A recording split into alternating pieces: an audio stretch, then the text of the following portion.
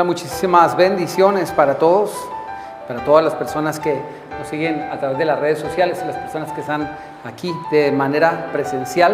Les enviamos un saludo cordial desde la ciudad de Cali. Somos la Iglesia Confraternidad Cristiana Filadelfia y es un gusto, un honor, un privilegio y también una responsabilidad súper grande que queremos con la ayuda de Dios saber administrar, la cual es poder llegar a todos ustedes con el mensaje de la palabra de Dios. Hoy comenzamos otro tema que le hemos denominado "Para mí el vivir es Cristo". Para mí el vivir es Cristo. Y quiero comenzar lanzando un cuestionamiento sobre en la respuesta del cual vamos a basar este estudio.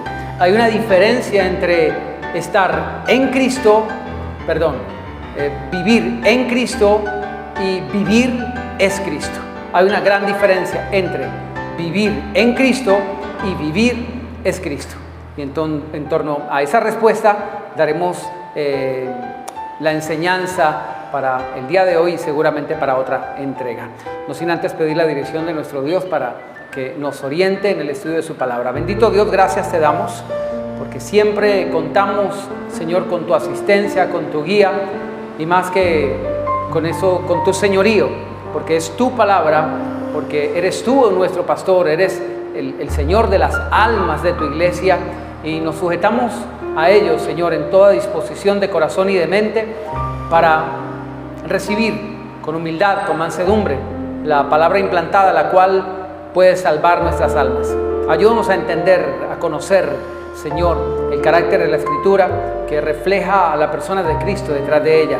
Revélate a nosotros, límpianos, santifícanos, Señor, libértanos también, porque tú dices que conociendo la verdad, así seremos libres. Te lo pedimos todo, Padre, en el nombre de Jesús. Amén y amén. Bueno, este estudio está basado en el libro de Filipenses. Vamos a hacer una lectura un poco extensa en algún momento del mensaje de este libro, de 2 capítulos de manera particular, pero quiero comenzar haciendo una introducción leyendo la escritura en la primera carta a los Corintios en el capítulo 15. Primera de Corintios, capítulo 15. Es una carta que escribe el apóstol Pablo a los Corintios. Primera de Corintios, capítulo 15, y vamos a leer después del versículo 12.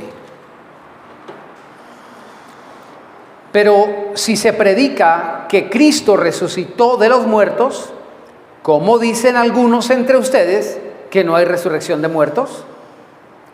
Verso 13. Porque si no hay resurrección de muertos, tampoco Cristo resucitó. Y si Cristo no resucitó, vana es entonces nuestra predicación. Diga conmigo, vana la predicación. Y si Cristo no resucitó, vana es entonces nuestra predicación y vana también es nuestra fe. Diga conmigo, una fe vana. Y somos hallados también falsos testigos de Dios, porque hemos testificado que Dios resucitó a Cristo, al cual no resucitó, si en verdad los muertos no resucitan. Verso 16. Si los muertos no resucitan, tampoco Cristo resucitó. Y si Cristo no resucitó, su fe es vana, aún están en sus pecados. Entonces también los que murieron en Cristo perecieron. Si solamente para esta vida esperamos en Cristo, somos los más dignos de lástima de todos los hombres. Hagamos un salto de este mismo pasaje, pero en el verso 29, versículo 29. De otro modo, ¿qué harán los que se bautizan por los muertos si en ninguna manera los muertos resucitan? ¿Por qué pues se bautizan por los muertos? ¿Y por qué nosotros nos exponemos a peligros a toda hora? Diga conmigo, a toda hora.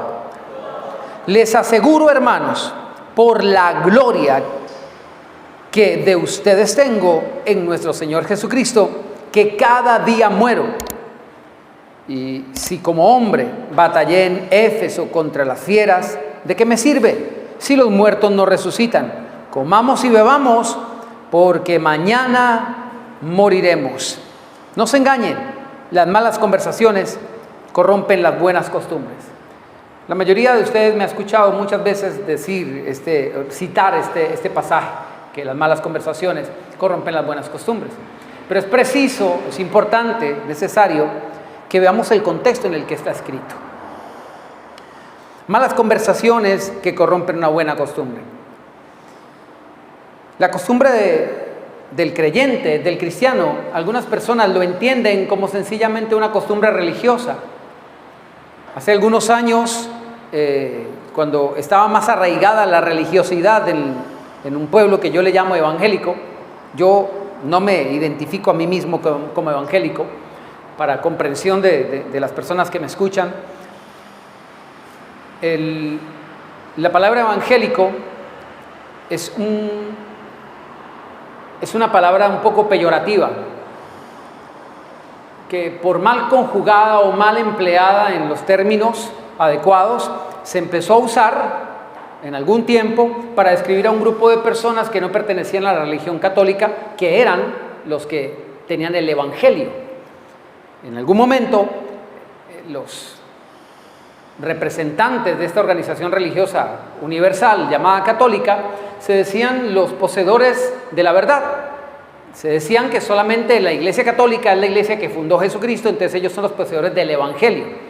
Los demás, sencillamente, algunos que aspiran a acercarse a la predicación del evangelio, pero no pudiéndolo hacer, porque solamente se puede hacer desde la perspectiva de la única iglesia que fundó Jesús, según ellos, la católica, todos los demás sencillamente pasan a ser evangélicos. Como le decía, una palabra peyorativa, negativa, en el mal sentido. Y algunos predicadores, no sé, empezaron a aceptarlo y se empezaron a llamar a sí mismos evangélicos. La Biblia dice que a los creyentes en Jesús se les empezó a llamar cristianos. Ellos no se llamaron a sí mismos, sino que la gente, en un lugar que se llamaba Antioquía, les puso el sobrenombre de cristianos. Es decir, el seguir a Jesucristo nunca tuvo un término o un apelativo particular que los describiese. Solo el Señor Jesucristo utilizó un término que es iglesia. Y en torno a ese término, muchísimas otras argumentaciones que nos dan comprensión. La novia de Cristo, el cuerpo de Cristo, etcétera, etcétera, etcétera. Pero como no hay un nombre que nos identifique particularmente, sino cristianos, que eso no, lo único que significa es seguidor de Cristo, significa también al mismo tiempo que el cristianismo no es una religión, no es un movimiento religioso más entre los demás. Hay una excepcionalidad en el cristianismo, y es que es un camino, escúcheme, un camino, o el camino que Dios diseñó para que el hombre pueda retornar a tener una relación con su Padre. Eso es el cristianismo. Así pues que el cristianismo no es una religión, sino la forma de vida que Dios diseñó para que toda la humanidad pueda relacionarse con Dios. ¿Me hago entender? Los evangélicos, en mi concepto personal, son un grupo de personas que tratan de hacerlo con algunos aditamentos religiosos. Hoy por hoy, que las personas han venido a comprender un poco más de lo que se trata el cristianismo, se han desligado un poco de esa forma religiosa, de esa jerga evangélica. Y no por eso es que uno no sea cristiano. Una jerga no lo convierte a uno en creyente. De hecho, el mismo Señor Jesucristo dice: este pueblo de labios me honra, pero su corazón está lejos de mí. Me llaman Señor, Señor, Señor, llaman, o sea, de palabras, pero no hacen lo que les mando, dice el Señor. Cuando dice la Escritura que las malas conversaciones corrompen las buenas costumbres, había una costumbre particular del pueblo de Dios, y la costumbre literal era tener la palabra de Dios como su brújula de vida, como su carta de navegación, como el GPS o la orientación que se nos entrega para poder vivir la vida. Escúcheme, la orientación para poder vivir la vida. Yo le llamo a este libro el manual de la excelencia de vida. Así le llamo, el manual de la excelencia de vida. Algunos le llaman Biblia, que significa unión de libros. Pero es más que eso. Se nos ha enseñado a llamarle la Sagrada Biblia, la Sagrada Escritura. Y eso no es que esté mal, pero a veces nos hace perder un poquito el sentido de lo que realmente contiene este libro. Y es que contiene las instrucciones para vivir la vida. La costumbre entonces del pueblo cristiano, del verdadero pueblo cristiano, es tener en la Escritura la vida, la orientación para la vida. Sin embargo, ante las preguntas que se formula la mayoría de las personas, ¿qué es la vida y cuál es el sentido de la vida?, muchas personas encuentran respuesta a esa inquietud sencillamente diciendo estar en la religión evangélica. Para algunos, creen que encontrar la vida es estar metido en una iglesia cualquiera que sea, donde haya gente con pandereta, que grite aleluya, gloria a Dios, que se le olvide decir buenos días, buenas tardes y que solamente diga aleluya, gloria a Dios. Y la gente piensa que eso es la vida. Y cuando estamos metidos en eso, tal vez nos dejamos contaminar, voy a utilizar ese término, por una forma de pensamientos que anulan la verdadera razón. No nos permite pensar. Y pensamos que como ya vamos a una iglesia, como decimos amén, gloria a Dios, aleluya, quien vive y cosas como esas, pensamos que ya encontramos la vida. Pero escúcheme, la vida no está en una religión, ninguna, absolutamente ninguna. Y tampoco la evangélica, cualquier tipo que se quiera mencionar, cualquier tipo de denominación, no está allí. La vida se encuentra solamente en Cristo. Y para entender un poquito eso, es que quiero abordar este tema. Pero como le decía en un inicio, hay una gran diferencia en estar en Cristo y vivir en Cristo. Vivir en Cristo es diferente a estar en Cristo. De la claridad que tengamos de estas dos argumentaciones, va a depender si nosotros tenemos vida o no. Es que el pasaje nos termina diciendo en el verso 33 que las malas conversaciones corrompen buenas costumbres. Hay gente que tiene una buena costumbre, pero la maraña religiosa que se meten en la cabeza les evita que puedan vivir la verdadera vida. Vivimos tal vez en una rutina que le quita el sentido original a la vida que Dios compró para nosotros. Tenemos que tener cuidado de eso. Y siempre le he dicho a la congregación, sálgase de cualquier forma religiosa que usted maneje en su mente y empiece a vivir la vida cristiana. Voy a ceñirme un poquito a lo que Dios puso en mi corazón para escribir en esta introducción, porque me parece importante seguir de manera precisa cada palabra. De seguro, en algún momento te habrás preguntado cuál es el sentido de la vida. ¿Cuántos se han preguntado algún día eso? ¿Cuál es el sentido de la vida? Tal vez en otros términos. Es que propósito, ¿para qué es que está uno aquí? Pues bien, este cuestionamiento halla respuesta en el manual de excelencia de vida de nuestro Padre Creador para nosotros los seres humanos. Para abordar este tema, y debido a la influencia o el auge de las redes sociales en las personas, es también preciso cuestionarse: ¿se nos ha concedido vida para mostrar o una vida para vivir?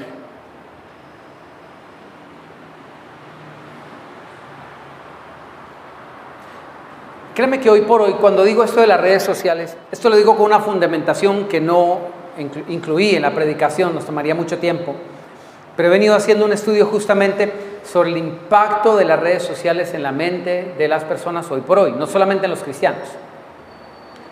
Y la humanidad ha cambiado su forma de percibirse, su forma de percibir la vida, su forma de intentar vivirla a causa del impacto de las redes sociales. Hoy por hoy, después de algunos lustros, algunas décadas de experiencia, se ha notado cuáles son las repercusiones de tipo negativo que pueden tener el uso de la tecnología. El mal uso de la tecnología, particularmente en los niños. Hoy ya la mayoría de gobiernos en el mundo están tomando medidas a nivel político, me refiero en el área de la salud, para reducir un poco el uso de la tecnología en los niños particularmente. ¿Y por qué en los niños? Porque el desarrollo de sus capacidades, principalmente cerebrales o emocionales, se lleva en esa etapa de la vida. Y de la influencia que se tenga a nivel social, tecnológico, familiar, etcétera, en esa etapa de la vida se va a desarrollar en adelante todo lo que ellos van a llamar vida. Y se ha notado por estudios, estamos hablando de ciencia, con profundo análisis académico, con respaldos económicos poderosísimos para demostrarlo, con las mentes tal vez más brillantes de nuestra sociedad, de la sociedad académica por supuesto, han demostrado que el cerebro se ve bastante limitado, reducido en sus capacidades y potencialidades por el excesivo uso y mal uso, repito, mal uso de las redes sociales o de los dispositivos tecnológicos.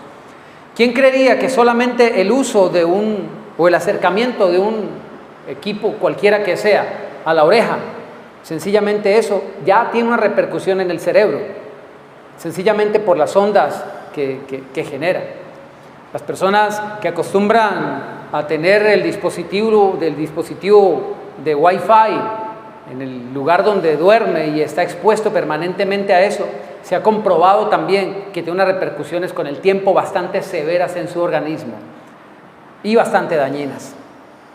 El uso de los Bluetooth, etcétera, etcétera, etcétera, nos está invadiendo la casa. Hoy, cuando se habla de la inteligencia de las cosas, es que se llama el Internet de las cosas, de esas casas inteligentes donde todo está domotizado, tecnológico. Es impresionante vivir así. Tuve la oportunidad de estar en una casa o residir en una casa en los Estados Unidos en donde sencillamente tú le decías a Alexa que te bajara la temperatura del clima a determinado número, que te encendiera el televisor, que te reproduzca el canal, que te despierte a tal hora, que apague, qué sé yo, algún artefacto, ¿sí? Que te examine la nevera para mirar si tiene leche o cosas como esa. Y eso es muy sofisticado y hace la vida un poco más fácil. A cualquiera de nosotros nos gustaría evitar dar 7 cansados pasos hacia más allá para correr la cortina y solamente le dices a Alexa que te cierre la cortina del balcón. ¿Sí? Somos una sociedad demasiado cansada, ¿no? Ahora, toda esa influencia electrónica y demás tiene repercusiones físicas, pero y las repercusiones emocionales son mucho mayores y todavía se está estudiando sobre eso.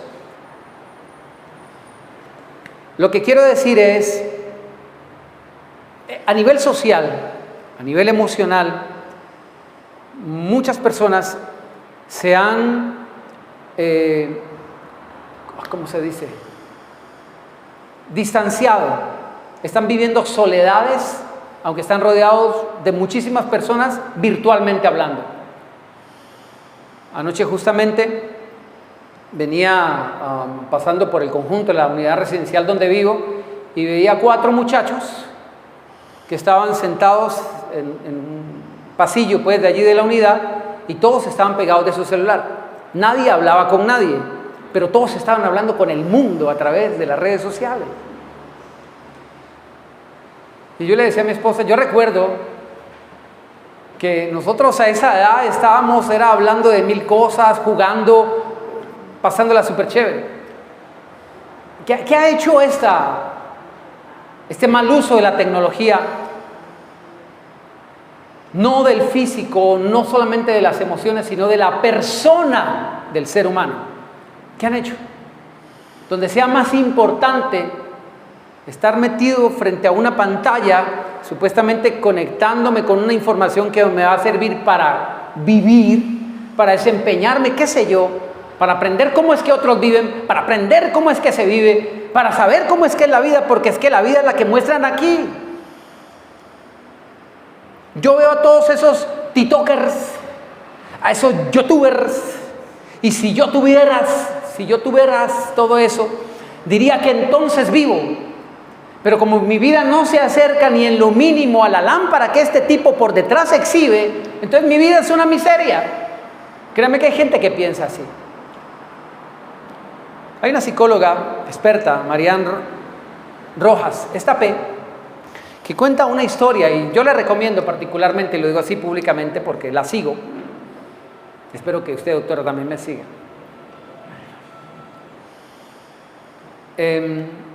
Donde refleja una historia particular de una muchacha, una jovencita,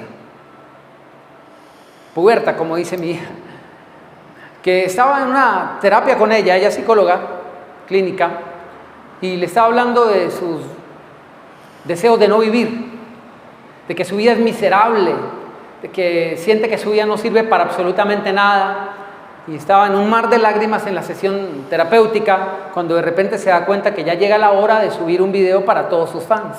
Entra al baño afanosamente y se arregla, se pone lustrosa y hace un video con una sonrisa hermosa y le dice 1000 cosas hermosas a todos sus seguidores. Aquí estamos con la doctora y esto y esto y esto, pero terminó y todo volvió a ser como realmente era la realidad. Todas las demás personas, los millones de seguidores que tenía esta muchachita, estaban convencidos que la vida de ella era la panacea, pero no lo era. Discúlpeme, pero esto es algo de lo que nosotros debemos hablar. Y la iglesia evidentemente es un espacio propicio para hacerlo porque, escúcheme, esto tiene una repercusión directa sobre nuestra propia alma, sobre nuestra propia persona. Y necesitamos hacer una introspección para ver si realmente no hemos caído en la mala corriente que está trayendo a este mundo el mal uso de la tecnología. La pregunta basada en el versículo 33, las malas conversaciones corrompen las buenas costumbres. Entendamos hoy por hoy, contextualizando este versículo a la época actual, la expresión conversación ya no hace referencia simplemente a un trato personal de voces entre una persona y otro. ¿Usted se acuerda cuando estudiamos la comunicación? Que hablaba del emisor, del receptor, el código, el mensaje. Eso sigue vigente, pero no se necesita dos personas que estén conversando para hablar de una conversación. Hoy se habla de todo un sinnúmero de elementos que traen información a nuestras vidas, y eso puede corromper buenas costumbres. Por eso es fundamental saber responder esta pregunta: ¿se nos ha concedido una vida para mostrar o una vida para vivir? La marcada influencia de las redes sociales hoy ha establecido una pauta social en cuanto a la experiencia que llamamos vida. Dios me orientó a escribir esto y le voy a pedir su mayor atención. Voy a limitarme a leer lo que Dios puso en mi corazón respecto a esto, porque el hilo conducente de este tema nos va a llevar a encontrarnos con nuestra propia alma, con nosotros mismos, para que podamos libertar nuestras vidas a esa libertad que llamó el Señor la libertad gloriosa de los hijos de Dios. Porque hay una libertad que es conocida como libertad, pero hay una libertad que es conocida como la libertad gloriosa, que es la que debemos experimentar. La marcada influencia de las redes sociales hoy ha establecido una pauta social en cuanto a la experiencia que llamamos vida. Una pauta social a lo que llamamos vida significa que muchos están diciendo la vida es esta, porque la están mostrando en un dispositivo. Y la mayoría de personas están persiguiendo eso, que incluso ha tergiversado el sentido del por qué hacemos lo que hacemos. Vivir para impresionar parece que fuese la consigna más aceptada socialmente hoy. Al parecer ya desapareció el concepto de vida privada, porque hoy por hoy todo obligadamente debería ser público, porque existe algo que se conoce como la opinión pública, que ha llegado a ser de tal trascendencia para las personas que muchos no toman decisiones si no es por lo que piense o diga, determine o establezca aquello que se llama la opinión pública. El presente estudio, por favor escuche esto, el presente estudio no pretende ser una crítica a la decisión de cada quien de vivir sus experiencias a su debida manera, sino más bien busca orientar hacia un profundo y sincero autoanálisis del peso real de nuestras motivaciones. Al fin y al cabo, son ellas, las motivaciones, las que mejor describen nuestra esencia, lo cual es el tema propiamente dicho del que se ocupa el Evangelio. En pocas palabras, el tema que nos compete a nosotros como iglesia, porque no podemos nosotros meternos en la vida de nadie ni decirle usted deje de subir eso, usted deje de hacer lo otro, eso no es iglesia. Cada quien está evidentemente en la libertad de hacerlo, pero nosotros debemos hacernos un autoanálisis para analizar cuál es la real motivación que tenemos detrás de todo eso, de lo que hacemos. Porque cuando hablamos de motivaciones estamos hablando de la esencia de nuestro ser. ¿Qué hay detrás? ¿Qué me impulsa a hacer eso? Y ahí estamos hablando del objeto del Evangelio, el ser. Por eso es un tema que tenemos que tocar en la iglesia. Se suele emplear la terminología vida de pantalla. No sé si usted la ha escuchado. Se suele emplear la terminología vida de pantalla a la vida de apariencia, a la vida que no tiene un escenario real detrás de la cámara, aquella que es solamente una puesta en escena que nos hemos llegado a creer. Suele pasar, y yo creo que hoy por hoy somos, me incluyo, somos muchos los que nos hemos dejado contagiar por esa fascinación de retratar, ya no solo para nosotros, sino también para un público incierto, aquellos episodios de nuestra vida en los cuales se ha marcado un hito relevante, una experiencia insólita o tal vez inusual. Pero ¿no será que cayendo en esta fascinación estemos perdiendo el sentido de lo que en esencia es realmente valioso o importante? Reza un adagio popular: dime de lo que presumes y te diré de lo que careces. Y esto deja de ser una frase posteada nada más, que si analizamos profundamente el alcance de esta frase es: si está presente la insatisfacción con la vida, si está presente la insatisfacción con la vida cuando no gozamos de aquellos escenarios que promovemos, entonces nos es necesario hacer unos ajustes en nuestro interior y revisar nuestra escala de valores por medio de la cual medimos la razón de nuestro existir. Lo que quiero decir con esto es que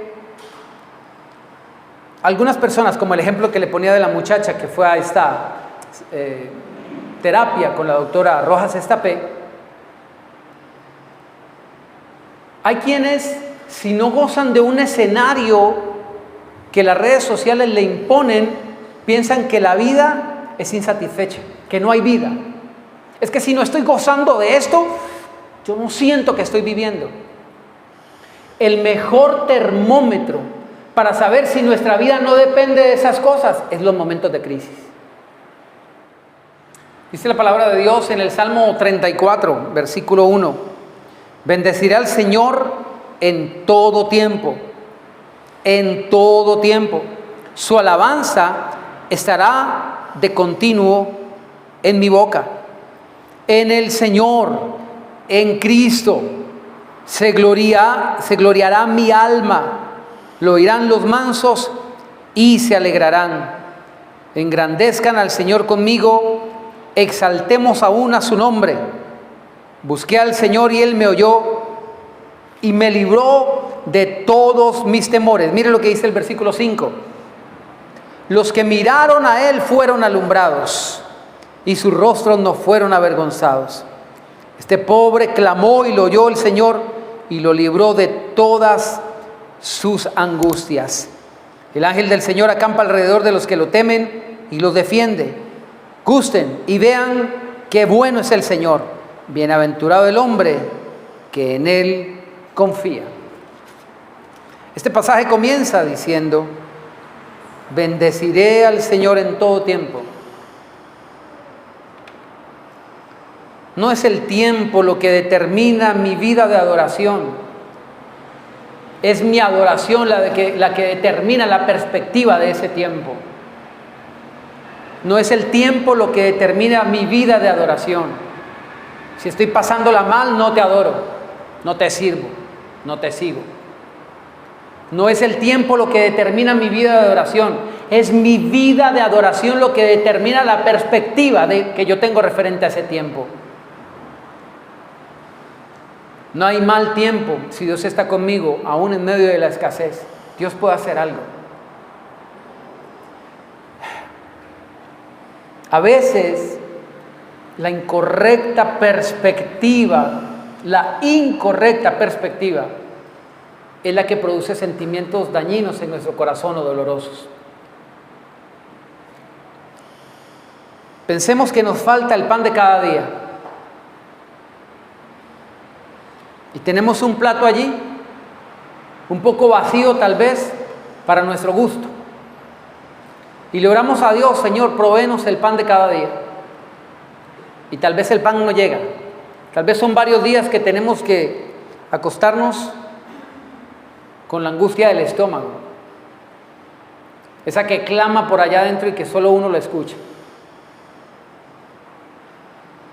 Para nosotros, la perspectiva correcta de la situación es llamar bendición a si Dios pone un pan sobre ese plato. Porque la lógica nos dice: estómago vacío, plato lleno, respuesta de Dios. Pero ¿qué tal que nosotros profundizáramos un poquito más y nos entendiéramos que lo único vacío en nuestro ser no es el estómago, sino probablemente otra cuestión, algo que llamamos corazón? Y que tal vez el vacío de ese corazón se llama fe, se llama temor, se llama inquietud, se llama miedo. En la anterior entrega de esa serie que denominamos Si hijo heredero, en la última, en la número 10, que aparece por aquí,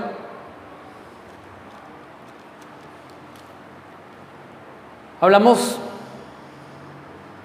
justamente de aprender a entender que Dios suple a nuestras necesidades, no de acuerdo a nuestras perspectivas, sino de acuerdo a su sabiduría y a su conocimiento.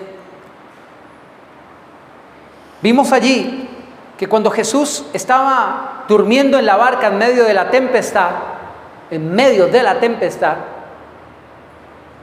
los discípulos estaban llenos de miedo. No dije llenos de fe, dije llenos de miedo. Y despertaron al Señor para decirle: no tienes cuidado. La perspectiva del miedo es pensar que Dios no tiene cuidado de nosotros. Lo que nos lleva a pensar respecto de Dios algo equivocado es un sentimiento equivocado, diferente al de la fe. Hay una distorsión de la fe. ¿No tienes cuidado que perecemos? Es decir, a usted no le está importando que nos estamos muriendo. Y dice la Biblia que el Señor reprendió el viento, reprendió la lluvia, reprendió el mar. Pero después de haberles dicho a sus discípulos: ¿por qué temen, hombres de poca fe? En 3 pasajes se consigna esa historia, y en uno les dice: ¿acaso no tienen fe?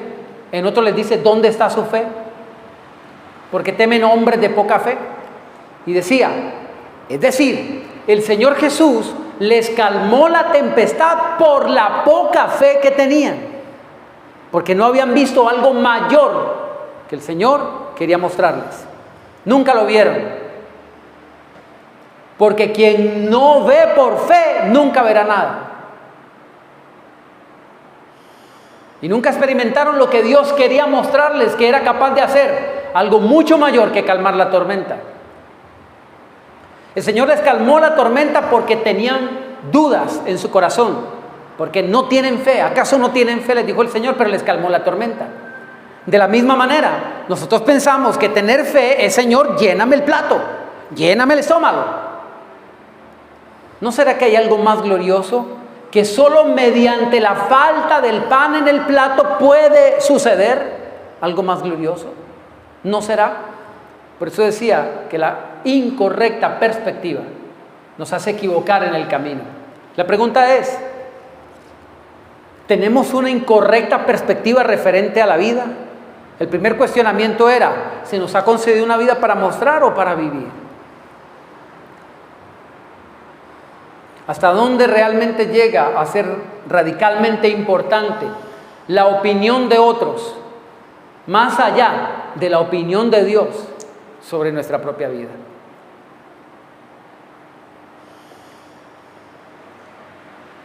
Hay personas que están insatisfechas con la vida sencillamente porque no ven el escenario que ellos esperan para ella. Entonces, la vida no tiene sentido por lo que se es, sino por lo que se tiene. Tenemos que hacer ajustes en nuestro interior y revisar nuestra escala de valores, por medio de la cual entonces mediremos la razón de nuestro existir. En algún lugar, en Atlanta particularmente, alguien me hizo una invitación.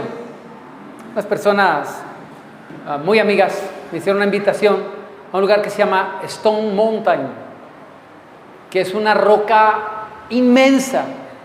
Es una piedra, es una de las piedras más grandes del planeta. Y en esa roca fue tallada una imagen de la guerra de secesión en los Estados Unidos, el grupo de los confederados y demás. Es un lugar espectacular para visitar. Hay un teleférico para llegar hasta arriba, hasta la roca, y es impresionante realmente estar allí. El esposo de la persona que me invitó, me acompañaba y me llamó la atención varias veces por algo. Y es que yo no soltaba el celular para absolutamente nada. Y todo lo que yo vi de ese escenario fue a través de la pantalla de mi celular. Y en algún momento, con toda la confianza, me puso la mano sobre el celular y me dijo: ¡Ey, baje eso! Véalo por usted mismo.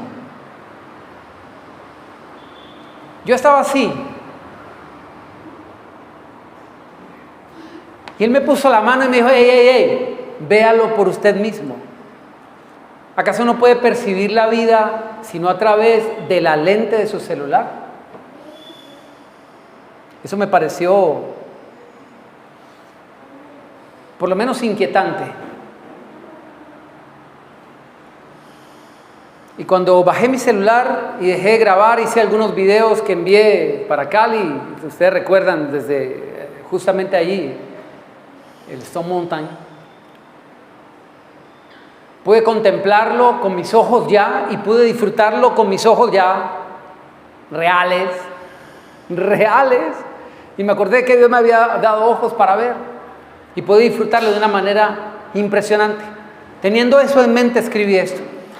¿Te has preguntado cuál fue el último momento en el que te detuviste a contemplar una experiencia así, sin más que con tus ojos físicos, sin mayor motivación que la simple complacencia o la gratitud para con Dios de disfrutar dichas experiencias?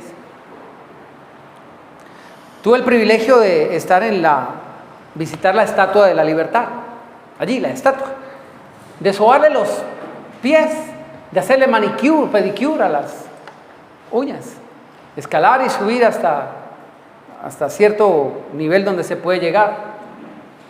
Creo que era la cabeza o la corona, no recuerdo. El punto es que ya había vivido la primera experiencia y pude disfrutar cada uno de esos momentos y contemplarlo.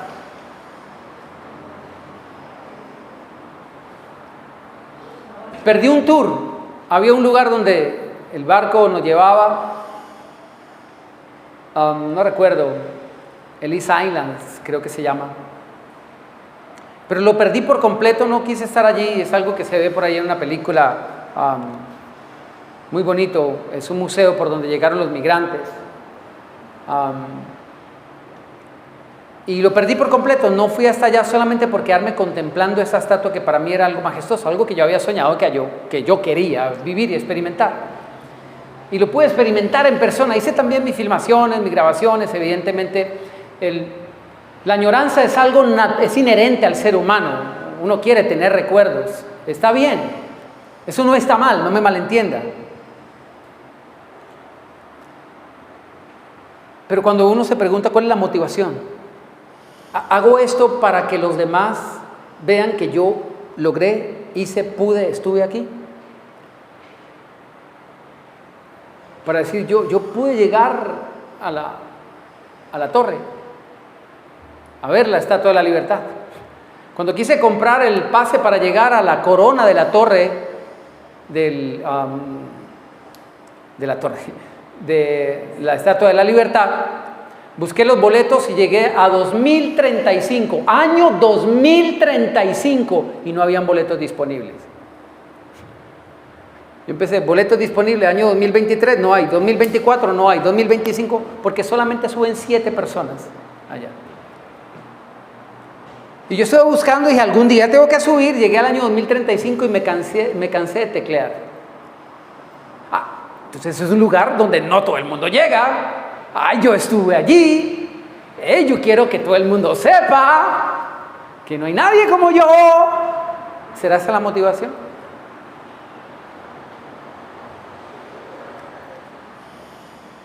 Le digo, no está mal. No está mal disfrutar de todo lo que Dios ha hecho y le ha permitido al hombre hacer. La pregunta es la motivación que hay detrás. ¿Qué está comprometiendo tu esencia?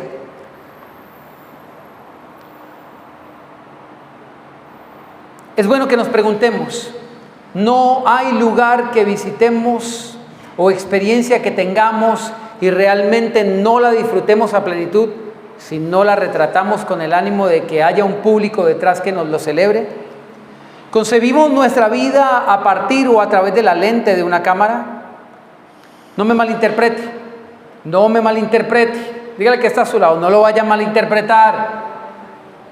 No quiero decir que no postee sus experiencias, sino que haga una introspección en su vida, por si tal vez la requiera, y una autoevaluación profunda para destrabar el crecimiento de su ser interior.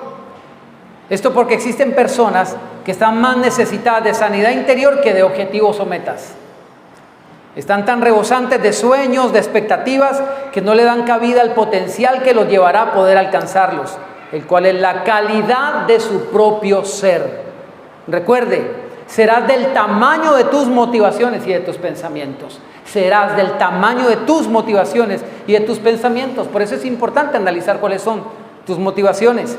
Por eso hacer ajustes en esta área es imprescindible y es urgente. Retratar nuestros recuerdos es evidentemente totalmente válido, pues la añoranza es algo inherente al ser humano. Sin embargo, debemos cuestionarnos con total sinceridad: ¿no será que existe una obsesión de ver la vida, entre comillas, que se plasma en la revista reflejada en la nuestra? Escúcheme, la memoria más valiosa no es un disco duro de 5 terabytes.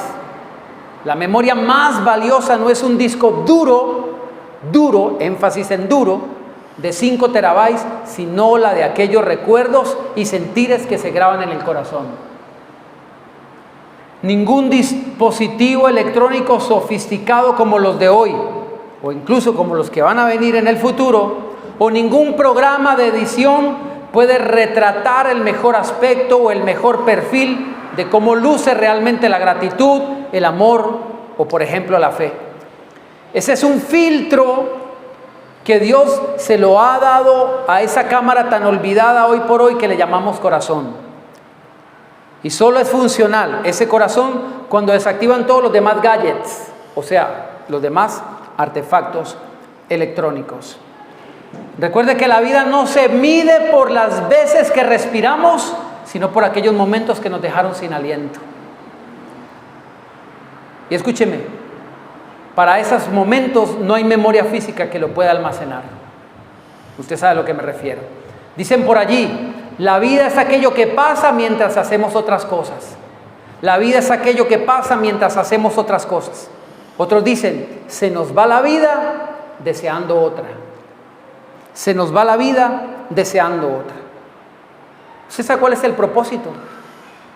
Timoteo, primera de Timoteo, capítulo 1, versículo 5. En respuesta de cuál es el sentido de la vida,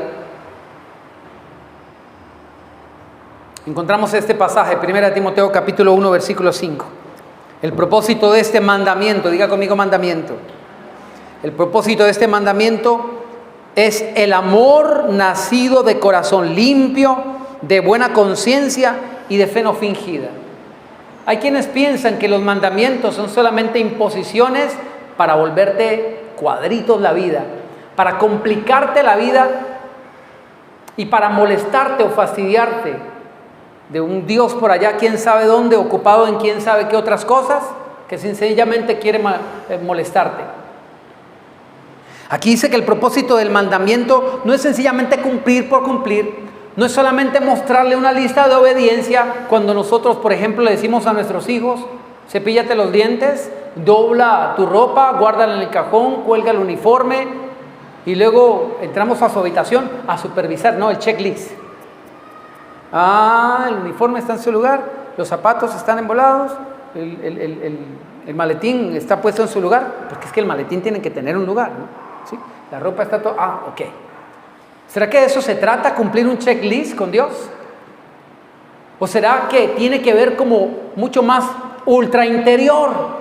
Los mandamientos, dice acá, el propósito es el amor nacido de corazón limpio. Significa que Dios nos pone lo que yo le llamo invitaciones a la vida, que son los mandamientos, es para producir algo en mi corazón. En mi corazón. En mi corazón. Amor nacido de corazón limpio. No un amor interesado, sino un amor nacido de corazón limpio. De buena conciencia y de fe no fingida. Dios quiere, en esencia, transformar nuestra esencia, no en apariencia, que nosotros le mostremos a los demás algo que no somos. Dios se va por la esencia y a veces nosotros simplemente por la apariencia.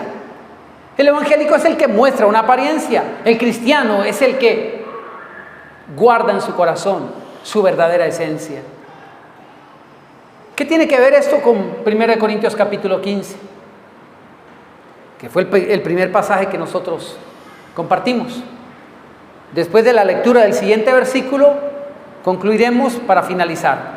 Acompáñenme por favor al Antiguo Testamento. Eclesiastés capítulo 12, versículo 12. Ahora, hijo, a más de esto, acepta ser amonestado. Dígale que está a su lado, póngale respetuoso y cariñosamente la mano en el hombro. Y dígale que está a su lado, hijo o hija, acepte ser amonestado.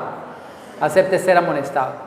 Lejos de endurecer nuestro corazón con cualquier cosa que realmente nos llegue directamente, deberíamos tener la nobleza para saber que eso viene de parte de Dios, porque hay una directriz espiritual que nos quiere llevar a un mejoramiento, a un cambio. Por eso acepte, hijo, hija, acepte ser amonestado, acéptelo. A nosotros nos pone sobre alerta cuando escuchamos solamente el primer tonito que nos quiere dirigir a alguien para decirnos algo, nosotros ya estamos así. A lo Matrix. Hijo, además de esto, acepta ser amonestado. No tiene objeto escribir muchos libros, mucho estudio, es fatiga para el cuerpo. Verso 13.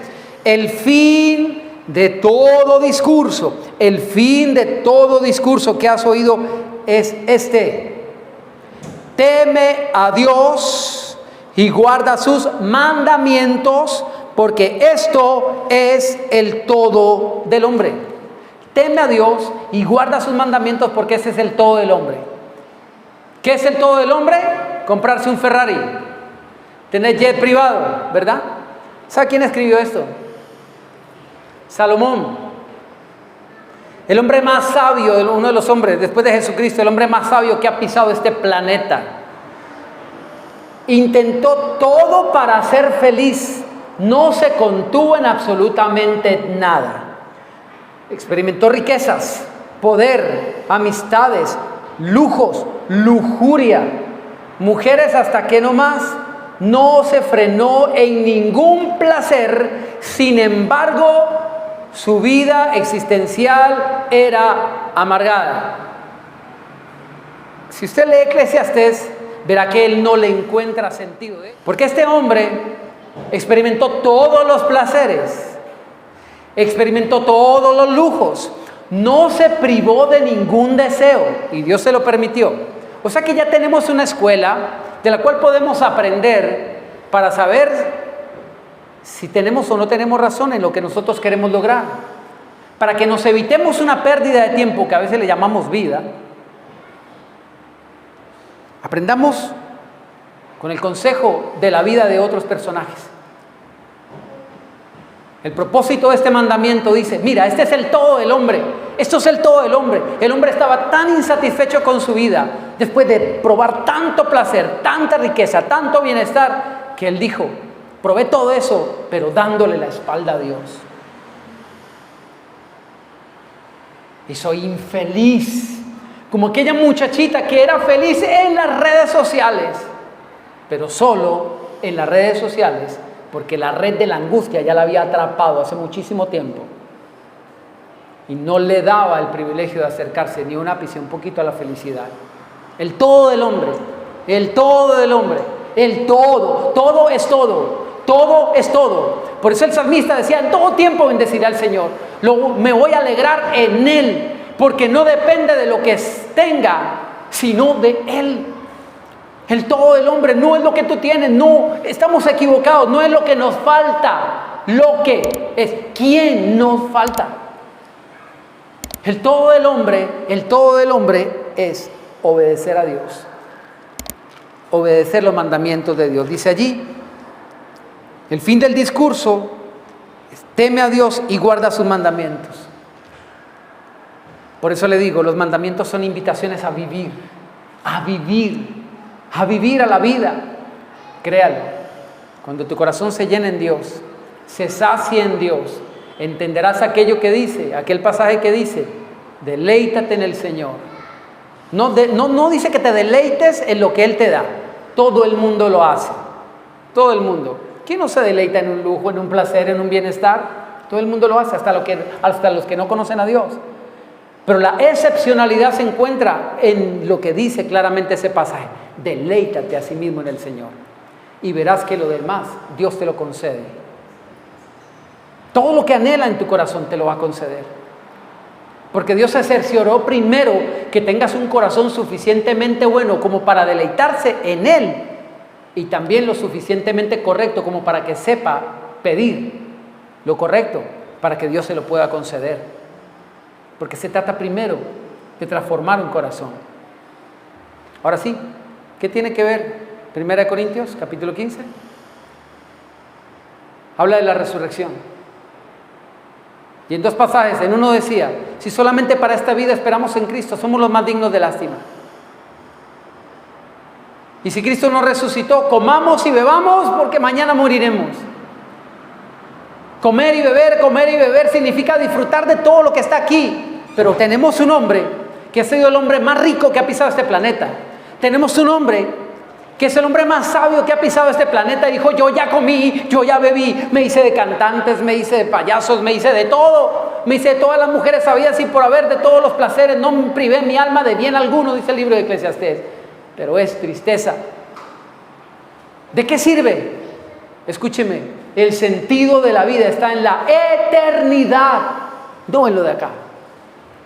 Y lo único que nos puede dar la plenitud de nuestro ser y nuestra esencia es saber eso, que somos eternos, que nuestra alma continuará por toda la eternidad, y la única manera de acumular vida para experimentar esa eternidad, se logra aquí en la tierra llenándose de Dios, dando espacio a la eternidad. Cuando tú captas eso, capullo, cuando tú captas para ti la vida de Dios, créeme, lo de aquí verás que es pasajero. Lo de aquí verás que ya no importa. Lo aquí verás que no tiene suficiente peso como para entristecerte al punto de que ya ni siquiera quieras vivir o existir. La vida no es la que se exhibe en las redes sociales. Y escúcheme, eso es una añadidura que Dios puede dar, pero nunca tengas tal cosa como prioridad. Nunca. Está repitiendo el círculo vicioso, dañino y destructivo de aquellos hombres que siempre concluyeron su vida como insuficiente, existencialmente funesta, terrible, angustiosa. El verdadero sentido de la vida está en Cristo. Para mí, el vivir es Cristo. No es estar en Cristo, es Cristo. Y en torno a eso, en la siguiente entrega, estaremos analizando a mayor profundidad lo que significa para mí la vida es Cristo. Para mí la vida es Cristo. Que el Señor les continúe bendiciendo.